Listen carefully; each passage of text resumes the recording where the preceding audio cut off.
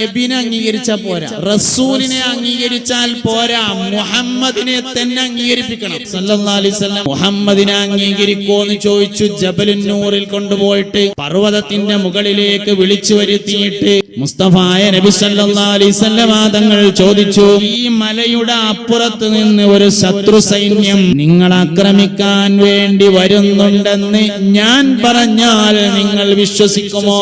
അവര് പറഞ്ഞു, നീ പറഞ്ഞാൽ ഞങ്ങൾ വിശ്വസിക്കും. ഞങ്ങൾ വിശ്വസിക്കുന്നല്ല, പറഞ്ഞത് നീയാണല്ലോ, നീ പറഞ്ഞാൽ ഞങ്ങൾ വിശ്വസിക്കാം.